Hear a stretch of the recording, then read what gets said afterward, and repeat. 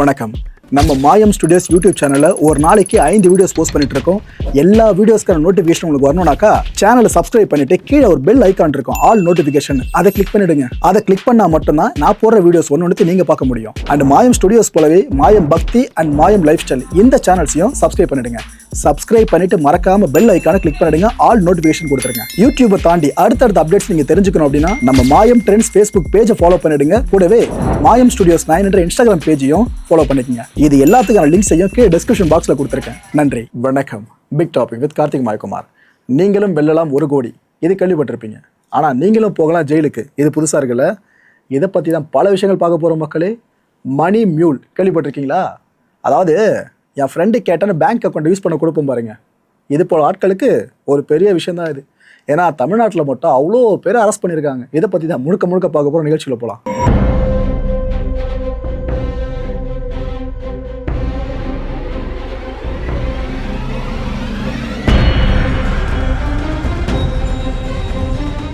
நம்ம RBI reserve bank of India அவங்க இப்போ என்ன சொல்லியிருக்காங்க, மக்கள் தயவு செஞ்ச ஒரு விஷயத்தில் விழிப்புணர்வோடு இருங்க. அந்த விஷயம் மணி மியூல்னு சொல்கிறாங்க. ஆக்சுவலாக நீங்கள் ஃப்யூச்சரில் மணி மியூலாக மாறிடாதீங்க. ஏன்னா ஏற்கனவே சைபர் கிரைம்ஸ் நிறைய நடந்துக்கிட்டு இருக்கு. இதில் சாமானிய மக்கள் நீங்களும் உள்ளே வந்து தொலைக்காதீங்க. நீங்கள் ஏதாவது உள்ளே வந்து தொலைச்சிங்க அப்படின்னா நாளை பின்ன லீகலாக சில இஷ்யூஸை ஃபேஸ் பண்ண வேண்டியது இருக்கும். கோர்ட்டு படியை மிதிக்க வேண்டியது இருக்கும், ஜெயிலுக்கு போக வேண்டியது இருக்கும். பார்த்துங்க அப்படின்ட்டு RBI சைட்லேயே வார்ன் பண்ணியிருக்காங்க. என்ன ப்ரோ, மக்களை இந்த அளவுக்கு பயன்படுத்துகிற மாதிரி பேசுகிறாங்க அப்படின்னு கேட்டிங்கன்னா RBI எவ்வளோ கடுப்பாக இருக்கும் கொஞ்சம் யோசிச்சு பாருங்கள். அப்படின்னா அப்புறம் நம்ம மக்கள் பண்ணிட்டாங்க கேட்டிங்கன்னா சொல்கிறேன், அந்த சம்பவத்தை சொல்கிறேன். மணி மியூல் ஆக்சுவலாக இது ஒரு ஆன்லைன் அப்ளிகேஷன் பல பேர் நினச்சிட்டு இருப்பீங்க. இது ஆப்லாம் கிடையாது, உங்களுக்கு நீங்களே வச்சுக்கிற ஆப்பு. இது என்ன மேட்ருனா, உங்களோட பேங்க் அக்கௌண்ட் இருக்குல்ல, இந்த டீட்டெயில்ஸை யாரோ கேட்குறாங்கன்னு கொடுத்துடுறது. இதுக்கப்புறம் அந்த யாரோ என்ன பண்ணுவாப்புல, உங்கள் பேங்க் அக்கௌண்ட்டில் பல டிரான்சாக்ஷன்ஸை பண்ணுவாப்புல. அந்த பணம் எங்கேருந்து வந்திருக்கும், ஒருத்தனை கொலை பண்ணிவிட்டு அதுக்காக கூலிப்பட காசு வாங்குவானுங்களே, அந்த பணமாக இருக்கலாம். ஒரு இடத்துல கொள்ளை அடிச்சுட்டு அந்த நகையை காசாக மாற்றிட்டு அதை அக்கௌண்ட்டில் அங்கங்கே பிரித்து போட்டு அந்த பணம் வர்ற பேங்க் அக்கௌண்ட்டாக கூட உங்கள் அக்கௌண்ட்டாக இருக்கலாம். ஆபாசமாக பல வீடியோஸை அங்கங்கே அனுப்பி அதில் பல குடும்பத் தலைவர்களை மிரட்டி அவங்கள பிளாக்மெயில் பண்ணி வாங்குற காசு இருக்குல்ல, அந்த பணம் கூட உங்கள் பேங்க் அக்கௌண்ட்டுக்கு வரலாம். இதெல்லாம் விட கொடுமையான விஷயம் ஹவாலா பணம். இதை விட இன்னொரு விஷயம் டபுள் டாக்குமெண்ட் போடுவாங்க பாருங்க, லேண்டு சார்ந்து, அது போல் வர்ற பணம். இது எல்லாம் லீகல் கிடையாது, எல்லாமே இல்லீகல். அதெல்லாம் உங்கள் பேங்க் அக்கௌண்ட்டில் வருதுனாக்கா, உங்கள் கையெழுத்தோடு இன்னொரு பேங்க் அக்கௌண்ட்டுக்கு அந்த பணம் போகுதுனாக்கா நீங்கள் குற்றவாளிகளா இல்லையா? இப்போ நம்ம ஊரில் பல பேர் என்ன தெரியுமா பண்ணுறாங்க, வேலையே கிடைக்கிறது இல்லை, நான் என்ன பண்ணுறதுன்னு தெரியல, ஒரு நாளைக்கு 100 ரூபாய் சம்பாதிக்கிறதே கஷ்டமாக இருக்குன்னு உட்காந்துருப்பாங்க. இந்த கும்பல் இருக்காங்களே மணி மியூல் சார்ந்து வேலை செய்கிறவனுங்க, இவனுங்க இது போல் ஆட்களாக தேடி பிடிப்பானுங்க. பிடிச்சிட்டு, ஏப்பா நீ வேலையே செய்ய வேணாம், வீட்டில் ஜாலியாக உட்காரு, உனக்கு வாரத்துக்கு இவ்வளோ கொடுக்குறேன், கிட்டத்தட்ட கூலி மாதிரி. சில பேர் 10,000 ரூபாய் வாங்கியிருக்காங்க வாரத்துக்கு. நம்ம ஊரில் நடந்திருக்க குடும்பம் இது. சரி நான் என்ன பண்ணோம் அப்படின்னு கேட்டால், ஒன்றும் இல்லை ராஜா, உன்னோட பேங்க் டீட்டெயில்ஸ் இருக்குல்ல அதெல்லாம் என்கிட்ட கொடுத்துரு.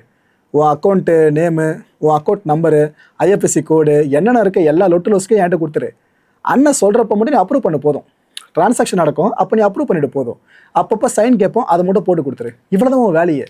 இதை மட்டும் நீ பண்ணிட்டா வாரத்துக்கு 10,000 ரூபா, மினிமம் 10,000 ரூபா உனக்கு, ஜாலியாக சாப்பிடு அப்படின்ட்டு வந்து சொல்லுவாங்க.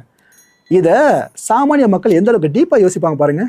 என்ன இது வெறும் பேங்க் அக்கௌண்ட்டு கொடுத்தா போதுமா, வேலையே செய்யலை, நம்ம ஒரு மணி நேரம் தான் நம்ம ப்ராசஸ் பண்ண போகிறோம், இது போல் கேட்டால் க்ளைம் போர்டு கொடுக்க போகிறோம், அக்கௌண்ட் சார்ந்து என்ன சொல்ல போகிறோம், OTP வந்தால் ஷேர் பண்ண போகிறோம், இவ்வளோ தான், இதுக்கு 10,000 ரூபாவா, இந்த வேலை நல்லா இருக்கான்னு ஒத்துப்பாங்களா ஒத்துக்க மாட்டாங்களா? அதாவது மக்களை முட்டாளாக்கி ஆட்டையை போடணும் அப்படின்னா உங்ககிட்ட இது போல் ஆசை வார்த்தையை சொன்னால் போதில்ல, அதை தான் கரெக்டாக அவனை யூஸ் பண்ணுறானுங்களே. சரி, இதில் எப்படி இப்போ மியூல்னு வார்த்தை வருதுன்னு கேட்டிங்கன்னா ஒன்றும் இல்லைங்க, இது போல் க்ரைமுக்கு ஹெல்ப் பண்ணுறோம் பார்த்தீங்கன்னா மக்கள் நம்ம கழுதைங்க கிட்டத்தட்ட. இட் மீன்ஸ் ஒரு கழுதை எப்படி பொதியை சுமந்துட்டு போகும் இன்னொரு இடத்துல கொடுக்கறதுக்கு, அதே மாதிரி தான் இல்லீகலாக எவனோ சம்பாரித்த காசை இன்னொரு இடத்துல அந்த பைசாவை கொண்டு போய் சேர்க்கறதுக்கு நடுவில் நம்ம பேங்க் அக்கௌண்ட்ஸை கழுதை மாதிரி யூஸ் பண்ணிக்கிறாங்க. புரியுதா? அதுதான் அது பேரே மணி மியூல்னு வச்சுருக்காங்க. புரிஞ்சிருக்கும்னு நினைக்கிறேன். இது போல் உங்களோட பேங்க் அக்கௌண்ட்டை யூஸ் பண்ணுறாங்களே, அந்த அக்கௌண்ட்டுக்கு பேர் தான் மியூல் அக்கௌண்ட்டுன்னு சொல்லுவாங்க. எது உங்கள் பேங்க் அக்கௌண்ட்டுக்கு பேர் மியூல் அக்கௌண்ட்டு. இவ்வளோ இல்லீகல் டிரான்சாக்ஷன் நடந்துக்கிட்டு இருக்கு அப்படின்னா எல்லா டிரான்சாக்ஷன்ஸும் யாரோட பேரில் பதிவாகிட்டு இருக்கோம், உங்கள் பேரில். அப்போ ஃப்யூச்சரில் ஆப்புன்னு வச்சா யாருக்கு வைப்பாங்க, அதுவும் உங்களுக்கு தான். ஸோ உங்களுக்கு என்ன நடக்குதுன்னே தெரியாமல் நீங்கள் ஒரு பெரிய குற்றத்துக்கு உடந்தையாக இருப்பீங்க. சட்டப்படி இது குற்றம் தானே, இதுக்காக நீங்களே ஜெயிலுக்கு போகாமல் வேற எங்கே போக முடியும்? ஸோ பணக்கழுதியாக மாறுற விஷயம் இருக்குல்ல, தயவு செஞ்சு தெளிஞ்சிருக்க மக்களே. இப்போ கூட பல பேர் உங்களை ஆக்சஸ் பண்ணியிருக்கலாம். இது போல் ஒரு விஷயம்டா பார்த்தண்டா அப்படின்னு ஃப்ரெண்டு கூட சொல்லியிருக்கலாம் வந்து அவனுக்கே தெரியாமல். நீ அவன் அக்கௌண்ட் குடும்ப வச்ச டீட்டெயில்ஸை சும்மா வீட்டிலேருந்து சம்பாதிக்கலாம்னு சொல்லிட்டாங்கன்னா தயவு செஞ்சு நம்பிடாதீங்க. அதை நீங்களே மணி மியூலாக மாற்றிங்கன்னா நாளை பின்ன உங்கள் குடும்பம் உங்களை வந்து பார்க்குறது பெரிய பெரிய காருக்குள்ளேயே வீட்டுக்குள்ளேயே வந்து இல்லை, ஜெயிலுக்குள்ளே தான் இருக்கும். பார்த்து உஷாராக இருந்துங்க. ஆக்சுவலாக இந்த மணி மியூல் இருக்குல்ல, இதுக்கு முந்தைய வெர்ஷன் என்ன தெரியுமா? உங்கள் ஃப்ரெண்ட்ஸ் யாராவது மணி ட்ரான்ஸ்ஃபர் பண்ணணுன்றதுக்காக உங்கள் அக்கௌண்ட்டை யூஸ் பண்ண சொல்லி கேட்பாங்க. நீங்களும் பெருந்தன்மையாக கொடுப்பீங்க. ரிலேட்டிவ்ஸ் யாராவது கேட்டாலும் கொடுப்பீங்க. பட் அப்போ கூட உங்கள் அக்கௌண்ட்டுக்கு பணம் வந்துடும். அதுக்கப்புறம் ஓடிபி கிடிபிலாம் நீங்கள் ஷேர் பண்ணிட்டு இருக்க போகிறதில்ல. ஏன்னா உங்கள் அக்கௌண்ட் உங்களோட சுயநினைவு தான் கொடுத்துருக்கீங்க. இட் மீன்ஸ் மொத்தமாக தூக்கி கொடுக்கல, நீ போட்டுக்கு மச்சி காசு அப்படின்றோம் நம்ம ஏடிஎம்ல எடுத்து கொடுத்துட போகிறோம். அது வரைக்கும் பிரச்சனை இல்லாமல் இருந்துச்சு. ஆனால் இவனுங்க அதை எந்த அளவுக்கு இல்லீகலாக மாற்றி வச்சிருக்காங்க பார்த்தீங்களா? இந்த மணி மியூல் சார்ந்து புஷ் பண்ணுற கும்பல் இதே மாதிரி பேட்டர்னு சொல்லி உங்களை மண்டையை கழுவானுங்க. ஏன்பா ஃப்ரெண்ட்ஸ்லாம் பைசா கேட்டால் போட விட்றலப்பா, ரிலேட்டிவ்ஸ் கேட்டால் போட விட்றல. அதே போல் தான் இதுவும் என்ன ஓடிபிலாம் கேட்பான்னு அடிக்கடி debit card number, credit card number, OTP தான் கேட்பேன். அதை மட்டும் கொடுத்துட்டாரு உனக்கு காசு பாட்டு வந்துட்டே இருக்கும்னு இவ்வளோ வேலையை பார்த்து வச்சுருக்கானுங்க. பல சோம்பேறிகள் உருவாகிறதுக்கும் இந்த மணி மியூல் கான்செப்ட் ஒரு பெரிய கருவியாக இருந்திருக்கு சொன்னால் நம்ப முடியுதா உங்களால்? கொடுமை என்ன தெரியுமா?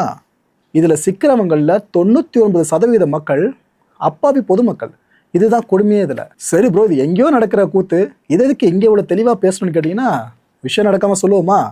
நம்ம தமிழ்நாட்டில் இப்போ என்ன இருக்குது, இணைய குற்ற புகார் அளிப்பு இணையதளம் இருக்குல்ல, இதில் கிட்டத்தட்ட 9804 புகார்கள் பதிவாயிருக்கு. இது அப்படியே ஃபில்டர் பண்ண ஆரம்பித்த நம்ம சைபர் கிரைம் அஃபிஷியல்ஸு அது இருந்துட்டாங்க. ஐயோ இவ்வளோ நடந்துட்டுருக்கா தமிழ்நாட்டில் ரைட்டுன்ட்டு கடந்த 6ஆம் தேதி அண்ட் 7ஆம் தேதி சைபர் கிரைம் சிறப்பு ஆக்ஷன் ஒன்றத்தை கண்டக்ட் பண்ணாங்க. 48 மணி நேரத்தில் மக்களே 837 பேர் அரெஸ்ட் பண்ணியிருக்காங்க. நம்ம தமிழ்நாட்டில் 837 பேர்.